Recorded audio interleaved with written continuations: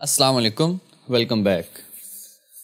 Last time हमने home tab देखा था माइक्रोसॉफ्ट वर्ड की सीरीज़ का। आज इसी सीरीज़ का एक नेक्स्ट लेक्चर है जिसमें आज हमने इंसर्ट टैब को देखना है। इंसर्ट टैब में डिफरेंट टूल्स आपको नज़र आ रहे हैं। One by one in tools को देखेंगे, इनको यूज़ कैसे किया जा सकता है वो देखेंगे। सबसे पहले हमारे पास शुरू करते हैं टेबल से। टेबल्स क्या होता है?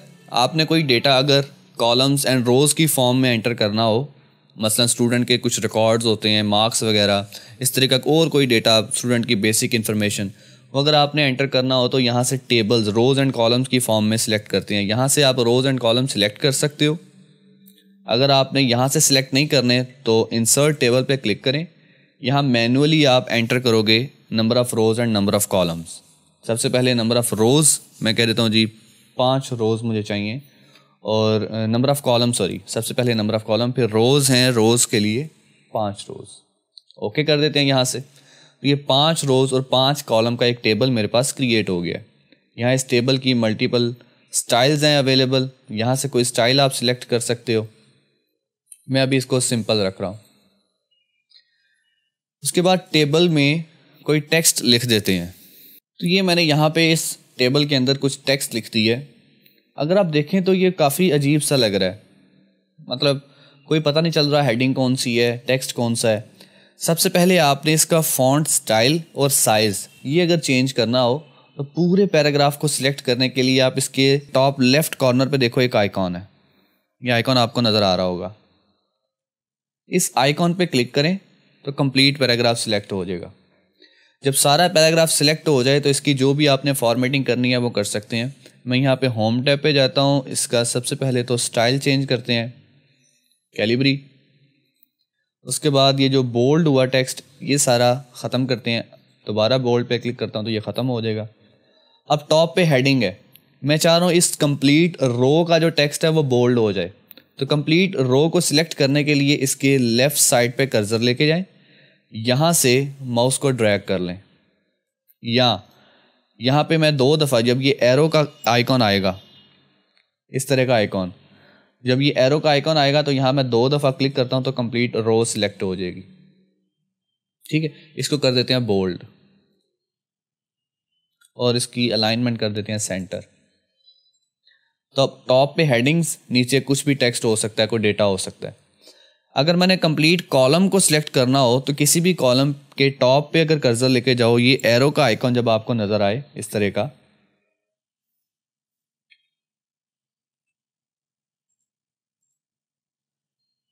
तो वहाँ पे एक दफ़ा क्लिक कर दें तो वो कंप्लीट कॉलम सिलेक्ट हो जाएगा।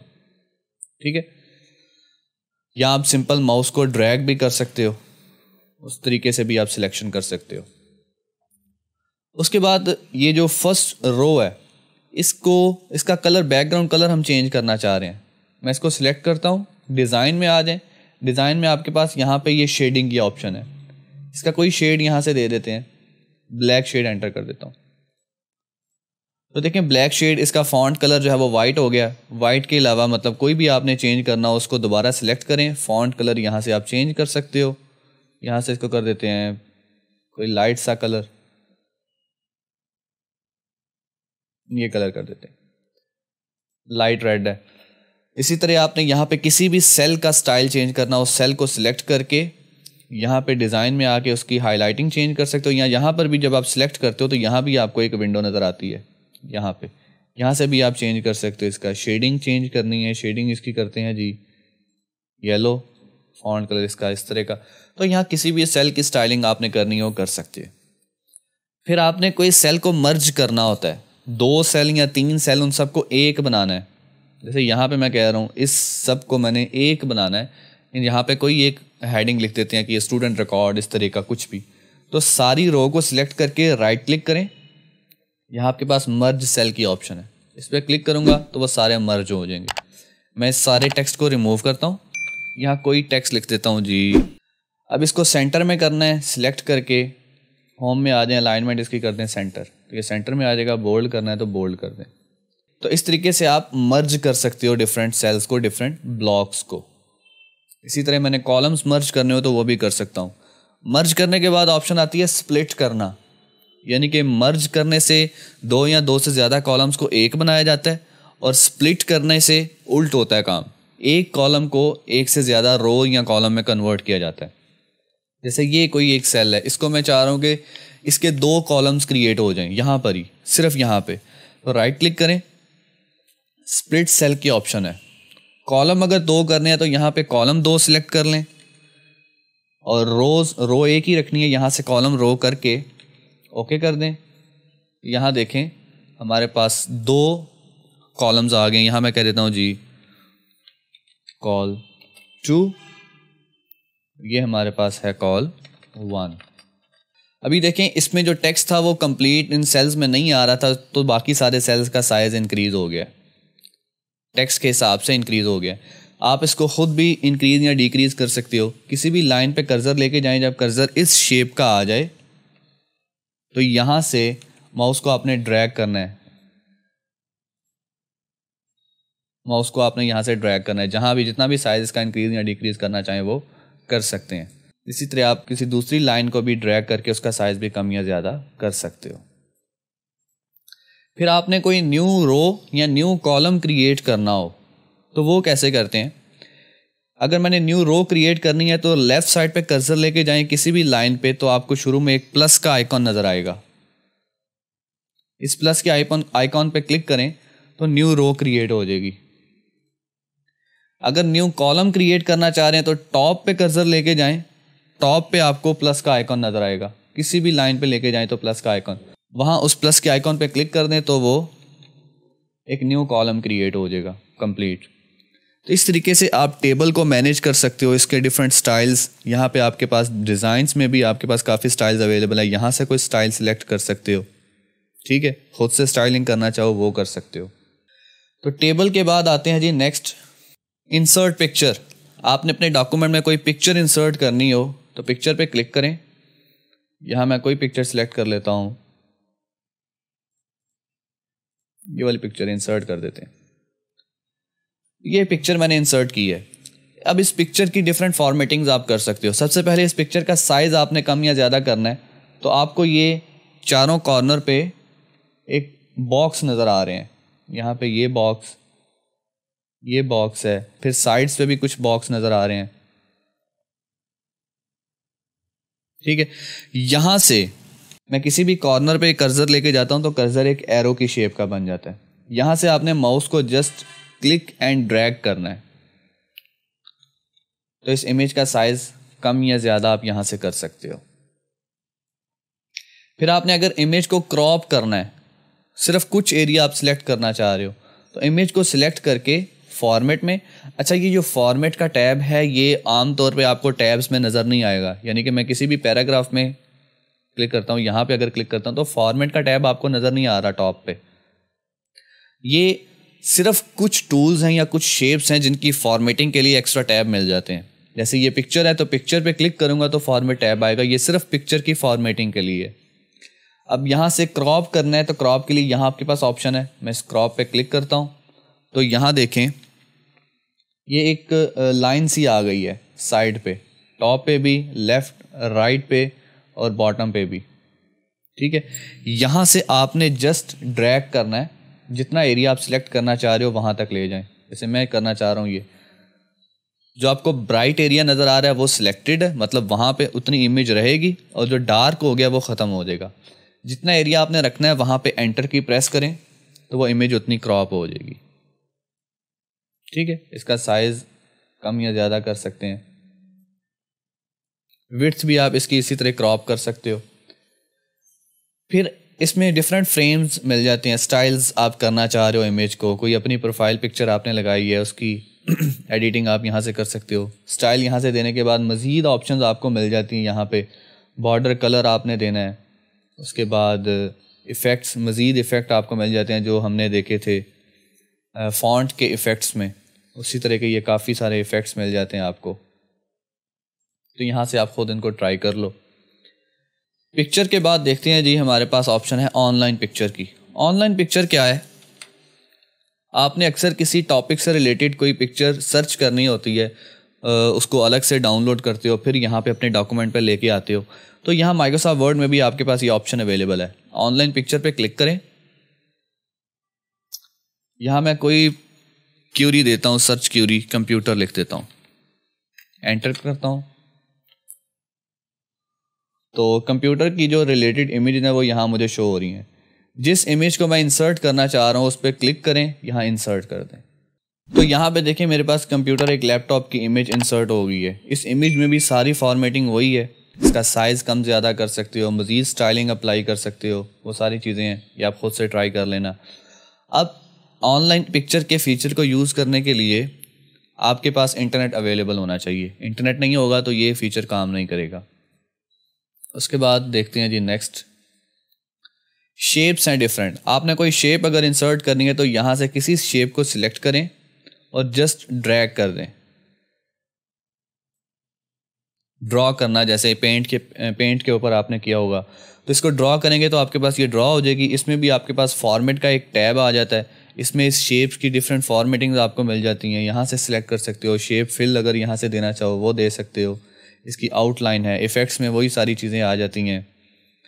तो उसके बाद यहाँ पे इस शेप को एडिट कर सकते हो। एडिट पॉइंट्स पे मैं क्लिक करता हूँ, यानी कि इस शेप को आप किसी दूसरी शेप में कन्वर्ट कर सकते हो अपनी मर्ज़ी से। अब ये 3 कॉर्नर्स हैं जो आपको नज़र आ रहे, यहाँ पे हर कॉर्नर पे एक डॉट आ गया। यहाँ से इस इमेज की शेप को चेंज कर सकते हैं। मैं किसी भी कॉर्नर को ड्रैग करता हूँ तो देखें इस तरह की एक शेप आ गई। मज़ीद इसको अगर ये करना चाहें तो यहाँ से किसी भी शेप को एडिट कर सकते हो। फिर आपके पास ऑप्शन है, यहाँ से हाइट और विड्थ आप दे सकते हो। मैनुअल कोई हाइट विड्थ देना चाहो तो वो यहाँ से सेट कर सकते हो। मज़ीद कुछ ऑप्शंस हैं, ये आप खुद ट्राई कर लेना, आसान है, मुश्किल नहीं है। यहाँ पे ऑप्शन आ रही है ब्रिंग फॉरवर्ड और सेंड बैकवर्ड। ये क्या है, ये यहाँ हम देख लेते हैं। इंसर्ट में कोई न्यू शेप इंसर्ट करता हूँ, एक बॉक्स है यहाँ पे, इसका कलर ब्लू हो गया। एक और शेप इंसर्ट कर लेते हैं, सर्कल टाइप, और इसका कलर चेंज कर देते हैं, ग्रीन कर देते हैं। तो अब देखें ये एक दूसरे के ऊपर आ रही हैं शेप। अब ब्रिंग फॉरवर्ड या सेंड बैकवर्ड, इन ऑप्शंस की मदद से आप इनकी पोजीशन मैनेज कर सकते हो। मैं इसको अगर ब्रिंग, अभी ये है ही सबसे टॉप पे, तो इसको मैं सेंड बैकवर्ड करता हूँ तो देखें ब्लू टॉप पे आ गया इमेज, ब्लू शेप जो है, और ग्रीन जो है वो बैकवर्ड चली गई है। सबसे बैक पे है ऑरेंज, ऑरेंज वाली शेप को अगर फॉरवर्ड पे लेके आना है तो ब्रिंग फॉरवर्ड, ऑरेंज शेप को सिलेक्ट करें, ब्रिंग फॉरवर्ड। ग्रीन सबसे बैक पे चला गया, ऑरेंज दरमियान में, दोबारा क्लिक करूंगा तो ये सबसे टॉप पे आ गया। तो इस तरीके से आप इमेज की जो लेयर्स की जो पोजीशन है वो चेंज कर सकते हो या मैनेज कर सकते हो। उसके बाद है स्मार्ट आर्ट। स्मार्ट आर्ट में आपके पास डिफरेंट डायग्राम्स होती हैं। यहाँ पे आपको काफ़ी डायग्राम मिल जाती हैं। आपने कोई ऑर्गेनाइजेशन की डायग्राम बनानी है, इस तरह की डिफरेंट फ्लो चार्ट्स टाइप की, प्रोसेस वगैरह की, यहाँ पे इसको अगर मैं क्लिक करता हूँ, ओके करता हूँ, ये किस तरह की डायग्राम है। यहाँ पे आप टेक्स्ट को एडिट कर सकते हो, अपनी मर्ज़ी से टेक्स्ट दे सकते हो। तो ये आप इस तरह के कोई फ़्लो बनाना चाह रहे हो, चार्ट बनाना चाह रहे हो या डायग्राम बनाना चाह रहे हो तो यहाँ से बना सकते हो। इसका साइज़ भी आप कम या ज़्यादा कर सकते हो। अच्छा, इसमें एक और इम्पॉर्टेंट ऑप्शन है, इसको अगर देखो, अब ये एक डायग्राम है, इसी तरह डिफरेंट शेप्स होंगी, इमेजेस होंगी। इन इमेजेस को इजीली आप कहीं मूव नहीं कर सकते, ठीक है, ये यहीं पे रहेगी। अगर आपने इजीली मूव करना है, ये जितनी भी इमेज, कोई शेप हो उसको, या ये नीचे जो डायग्राम है उसको आपने अगर मूव करना है तो इसकी लेआउट चेंज करनी पड़ती है। लेआउट, इसको मैं सिलेक्ट करता हूँ, ये आपको राइट साइड पे एक ऑप्शन नज़र आ रहा है लेआउट का, इस पर क्लिक करें। यहाँ पे इसको अगर स्क्वायर कर दें, यहाँ पे और भी सारे ऑप्शंस हैं, इनको देखते हैं क्या फ़र्क है इनमें। स्क्वायर कर दें तो अब मैं इस इमेज को इजीली कहीं भी मूव कर सकता हूँ, जहाँ पर भी मैंने इसको प्लेस करना है कर सकता हूँ, ठीक है। दूसरे ऑप्शन देखते हैं। यहाँ पे मैं कोई टेक्स्ट लिखता हूँ, तो यहाँ मैंने कोई एक टेक्स्ट लिख दी है। अब आप देखें इस इमेज का साइज़ अगर कम कर दें, इसकी विड्थ, तो इस इमेज में जो टेक्स्ट है ये राइट साइड पे आ रहा है, फिर उसके बाद नीचे आ रहा है। तो ये लेआउट्स क्या करती हैं, ये टेक्स्ट और इमेज के जो कॉम्बिनेशन है उसको मैनेज करती हैं। अभी देखें यहाँ से मैं इसको करता हूँ टाइट, टाइट में भी ऑलमोस्ट सेम ही है जो स्क्वायर में है। यहाँ से इसको करता हूँ मैं टॉप एंड बॉटम। तो टॉप एंड बॉटम में क्या होता है, टेक्स्ट इस इमेज से स्टार्ट में आ सकता है, शुरू में टॉप पे आ सकता है, या इस इमेज के बाद आ सकता है। इस इमेज के लेफ्ट या राइट साइड पे बिल्कुल नहीं आ सकता। उसके बाद है यहाँ पे बिहाइंड टेक्स्ट।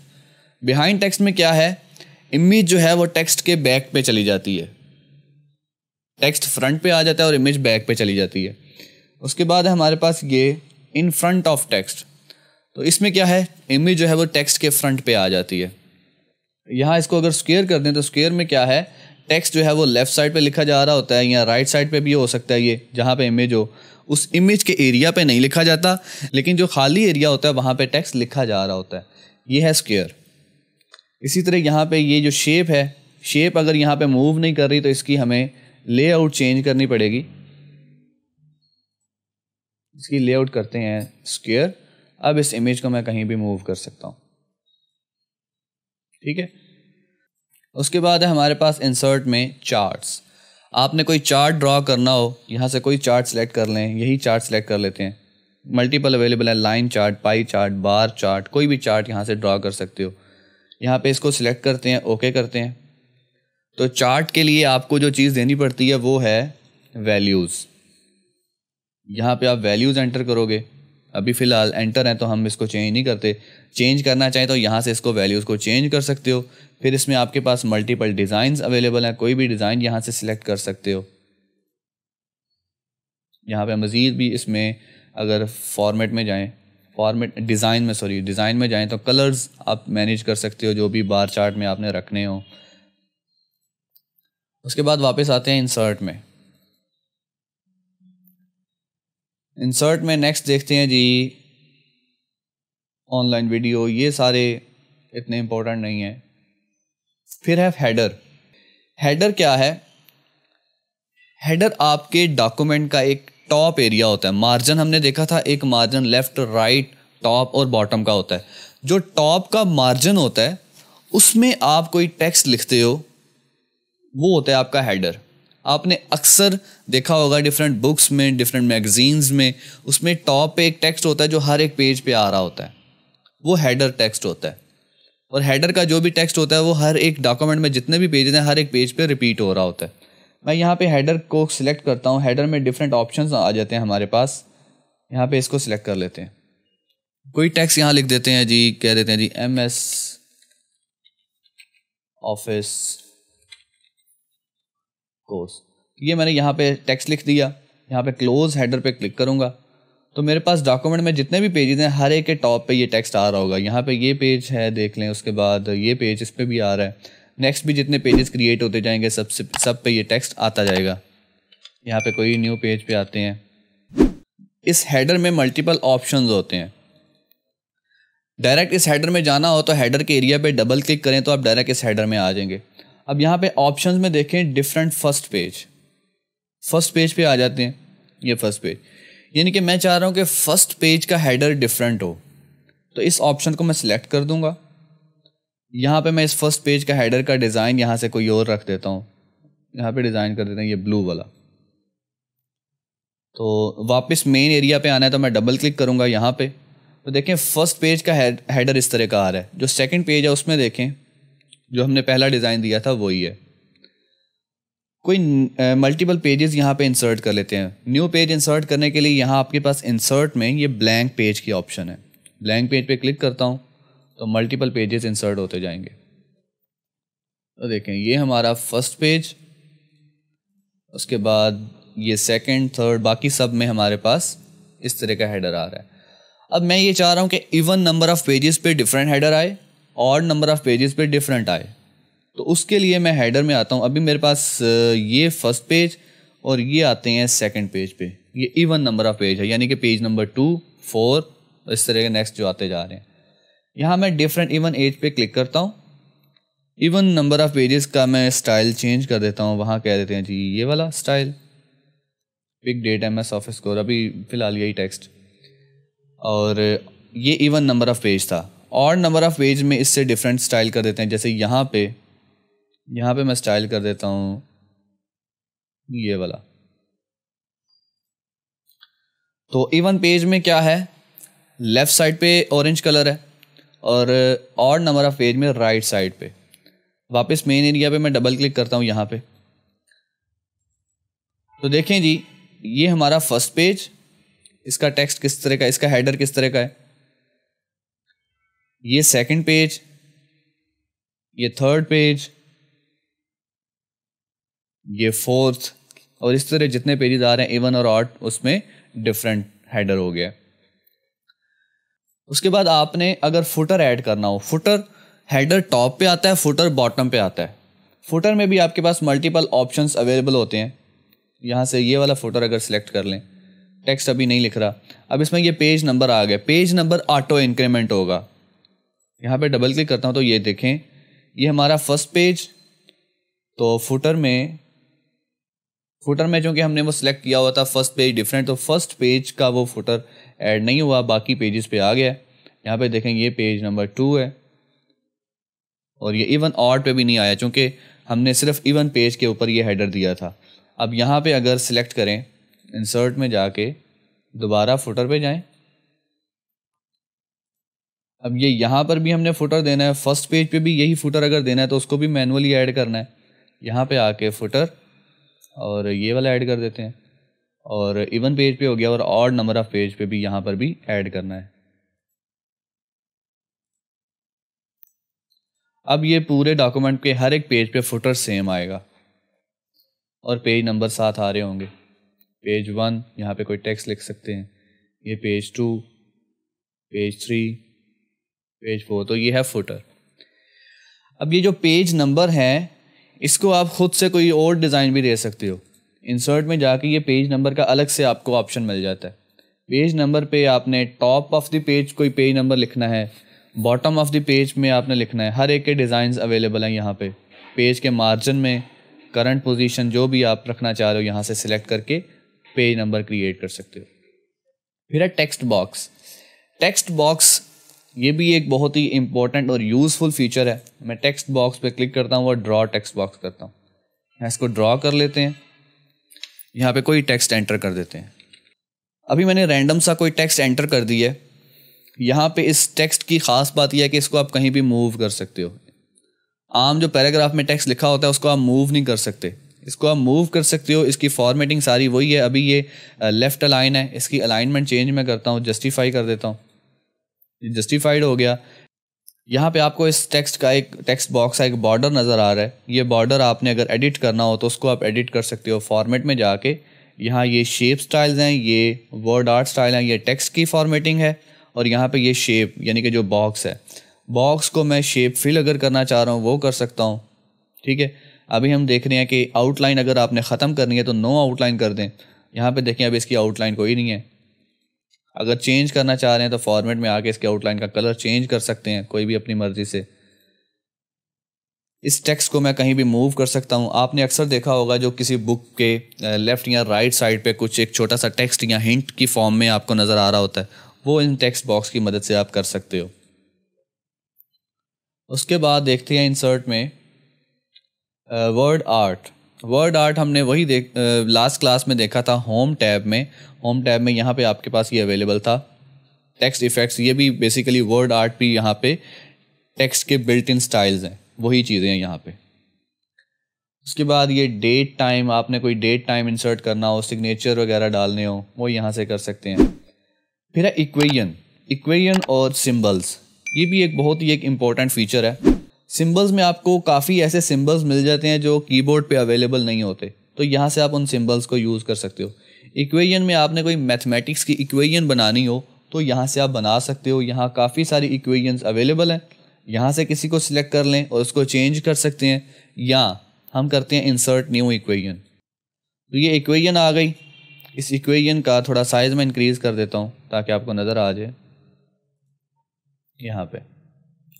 तो इस इक्वेशन में कुछ एग्जांपल्स देखते हैं। आपने कोई इक्वेशन लिखनी हो तो यहाँ पे फ़र्ज़ करें ये नीचे आपको एक डायग्राम, एक इक्वेशन नज़र आ रही है। यही इक्वेशन अगर हमने माइक्रोसॉफ्ट वर्ड में लिखनी हो तो कैसे लिखेंगे। सबसे पहले देखें इसमें एक समीशन का साइन आ रहा है। ये समेशन का साइन आप ये डिज़ाइन का टैब है, यहाँ पे इक्वेशन को सिलेक्ट करेंगे तो ये इक्वेशन का अपना डिज़ाइन का टैब है, इसमें सिर्फ इक्वेशन से रिलेटेड ऑप्शंस हैं। यहाँ पे समेशन का साइन है जी, यहाँ पे ये। अब इसमें देखें कौन सा है, टॉप पे भी कोई ऑपरेंड है, बॉटम पे भी है और राइट साइड पे भी है, तो ये वाला सिलेक्ट कर लेते हैं। यहाँ आपने 1 बाय 1 बस वैल्यूज़ एंटर करते जाएं, इसको बाद में देखें। टॉप पे है पहले n, बॉटम पे है i इक्वल्स 1 और इसमें साथ है i रेज टू पावर 3। अब ये स्क्रिप्ट वाला पोर्शन आ गया। स्क्रिप्ट के लिए यहाँ पे देखें स्क्रिप्ट की ऑप्शन है, यहाँ पे जाएं, ये वाला बॉक्स है, इसको सिलेक्ट कर लें। यहाँ टॉप पे है 3 और साथ आ गया i। उसके बाद यहाँ पे आपने लिखना इक्वल, इक्वल के बाद है ब्रेसेस और उसके साथ स्क्वायर आ रहा है। अब ये अगेन एक स्क्रिप्ट वाला पोर्शन आ गया। स्क्रिप्ट के लिए स्क्रिप्ट में जाएं, ये वाला बॉक्स क्रिएट कर दें, यहाँ से स्क्वायर, यहाँ पे 2 लिख दें। अब ये जो ऑपरेंड है यहाँ पे ब्रेसेस आ रही हैं, ब्रैकेट्स। ब्रैकेट्स के लिए देखें यहाँ पे ऑप्शन अवेलेबल है ब्रैकेट्स की, स्मॉल ब्रैकेट्स हैं तो ये वाली आ गई। अब इन ब्रैकेट्स के अंदर फ्रैक्शन में पार्ट लिखा हुआ है, तो फ्रैक्शन के लिए यहाँ पे ये फ्रैक्शन का अवेलेबल है ऑप्शन, इसमें जाएं, ये वाला सिलेक्ट करें। यहाँ पे जी टॉप बॉटम पे है 2 और टॉप पे है n इंटू n+1। तो ये इक्वेशन आपने लिखनी हो तो यहाँ पे हमने इस इक्वेशन को माइक्रोसॉफ्ट वर्ड में लिख लिया। अब एक और एग्जांपल देखते हैं इसी तरह की। अब ये नीचे सेकंड इमेज देखें, इसमें ऊपर वाला जो फार्मूला है वो अगर हमने लिखना हो, यानी कि जो स्क्वायर रूट में आ रहा है, तो उसको कैसे लिखेंगे। उसके लिए अगेन मैं एक न्यू इक्वेशन इंसर्ट करता हूँ।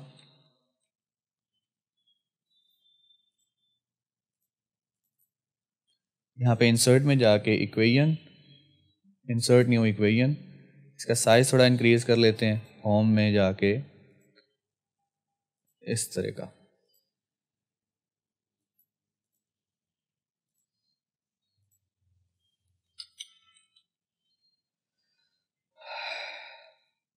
तो अब इसमें देखें u equal G as it is लिखते जाते हैं, u इक्वल्स, उसके बाद फ्रैक्शन वाला पार्ट आ गया। फ्रैक्शन में आपको पता है इक्वेशन के डिज़ाइन टैब में जाके ये फ्रैक्शन का पार्ट है, यहाँ इसको सिलेक्ट करेंगे। नीचे पहले लिख लेते हैं, नीचे लिखा हुआ इसमें 2a। उसके बाद देखें जी टॉप पे है -b, -b के बाद प्लस माइनस। अब ये साइन आपको मिलेगा डिज़ाइन में सिंबल्स के अंदर, यहाँ पे देखें ये वाला, ये प्लस माइनस, उसके बाद स्क्वायर रूट। स्क्वायर रूट कहाँ पे आ रहा है, ये रेडिकल के पार्ट में। रेडिकल के पार्ट में देखें हमने सिर्फ स्क्वायर रूट के अंदर वाला पार्ट लिखना है, तो ये, और इसके बाद अंदर क्या लिखना है, बी स्क्वायर। अब बी स्क्वायर अगेन क्या है, स्क्रिप्ट वाला पार्ट। स्क्रिप्ट में जाएं, इसको सिलेक्ट करें, यहाँ पे 2 आ गया और यहाँ आ गया बी। ये जस्ट आपने एरो कीज से ये सारी चीज़ें मैनेज करनी है। जहाँ पे टेक्स्ट लिखना है वो पहले सिलेक्टेड हो, फिर आप टेक्स्ट टाइप करो। अब इसके बाद मैंने लिखना है, उसके बाद आ जाएंगे यहाँ पे -4ac। तो ये हमारे पास ये वाली इक्वेशन आ गई। इसके अलावा नीचे वाली इक्वेशन भी आप लिखना चाहो तो लिख सकते हो। इसमें भी आपके पास ये इक्वेशन के अगर डिज़ाइन में देखें, शुरू वाला सिर्फ आपको थोड़ा मुश्किल जो लग रहा है वो आपको यहाँ पे इंटीग्रल में मिल जाएगा, ये वाला। उसके बाद वो इक्वेशन भी लिखी जा सकती है। तो ये हो गया हमारे पास इंसर्ट का टैब, जिसमें हमने ये इंपॉर्टेंट टूल्स देख लिए। शुरू में हमारे पास एक हमने स्किप किया है, कवर पेज, ब्लैंक पेज तो हमने देख लिया, कोई एक ब्लैंक पेज इंसर्ट हो जाता है, और पेज ब्रेक। पेज ब्रेक क्या करता है, ब्लैंक पेज और पेज ब्रेक में एक छोटा सा डिफरेंस है। मैं इसको कर देता हूँ क्लोज, इसको फुल स्क्रीन कर देते हैं। ब्लैंक पेज और पेज ब्रेक में जो छोटा सा डिफरेंस है वो देख लेते हैं पहले। यहाँ पे देखेंगे हमारे पास कुछ टेक्स्ट है, यहाँ पे अगर मैं ब्लैंक पेज करता हूँ तो जो टेक्स्ट लिखा हुआ था वो नेक्स्ट पेज से नेक्स्ट पे मूव कर गया। एक ब्लैंक पेज जो क्रिएट हुआ पेज वो बिल्कुल ब्लैंक है, ठीक है। अगर मैं यहाँ पे पेज ब्रेक करता हूँ तो पेज ब्रेक ने क्या किया है, एक न्यू पेज तो क्रिएट किया है, लेकिन वो ब्लैंक नहीं है। जो टेक्स्ट पिछले पेज पे था वो सारा, जहाँ पे कर्सर मौजूद था उसके बाद आने वाला सारा टेक्स्ट नेक्स्ट पेज पे ले गया। ये डिफरेंस है बस दोनों में। काम दोनों का इन शॉर्ट यही है कि दोनों ने एक न्यू पेज क्रिएट करना है, ये कॉमन है दोनों में। कवर पेज क्या है? कवर पेज आपकी जैसे कोई बुक होती है उसका एक फ्रंट पेज होता है, तो कवर पेज में आपने उस तरह का कोई फ्रंट पेज क्रिएट करना हो, काफ़ी सारे स्टाइल्स आपको अवेलेबल होते हैं। यहाँ से कोई स्टाइल सिलेक्ट कर सकते हो, ठीक है। यहाँ पे हम फिलहाल कर लेते हैं ये वाला स्टाइल कर लेते हैं। तो ये आपके डॉक्यूमेंट का सबसे फर्स्ट पोजीशन पे पेज इंसर्ट होगा, ठीक है। यहाँ पे जो आपको टेक्स्ट दिया हुआ है उसको एडिट कर सकते हो, डेट पे कोई डेट एंटर कर दो। उसके बाद नीचे यहाँ पे कुछ टेक्स्ट लिखा हुआ है, इन सबको एडिट कर सकते हो। ये सारे टेक्स्ट बॉक्सेस हैं। आप खुद से भी ये डिज़ाइन चेंज कर सकते हो, कोई एडिटिंग कर सकते हो। कोई शेप आपने इंसर्ट करनी है इसमें, इंसर्ट में यहाँ पे कोई शेप कर देता हूँ, तो यहाँ पे कोई एक शेप आप बना सकते हो, उसकी एडिटिंग सारी कर सकते हो। उसके बाद आपने अगर कोई टेक्स्ट बॉक्स, कोई अपना कोई टेक्स्ट भी लिखना हो, एक्स्ट्रा टेक्स्ट, तो ड्रॉ करके उस टेक्स्ट बॉक्स के ज़रिए भी सारी चीज़ें कर सकते हो। जैसे मैं ये कहता हूँ न्यू टेक्स्ट बॉक्स, इसकी स्टाइलिंग आप सारी कर सकते हो। इसकी मैं आउटलाइन को अगर कर देता हूँ नो आउटलाइन, और इसका जो स्टाइलिंग है, फॉन्ट साइज़ इंक्रीज़ करते हैं, स्टाइल आपने देना वो दे दें, और इसका कलर चेंज कर देते हैं ब्लू। इस तरह का कोई आप यहाँ से ऐड करना चाहो वो कर सकते हो। तो अपनी मर्ज़ी से ये सारी चीज़ें आप एडिट कर सकते हो, ठीक है। तो ये था हमारे पास इंसर्ट का टैब। इंसर्ट के टैब में जो इम्पोर्टेंट टूल्स थे वो हमने आज देख लिए। बाकी इंशाल्लाह नेक्स्ट क्लास में मुलाकात होगी आपसे। अल्लाह हाफिज़।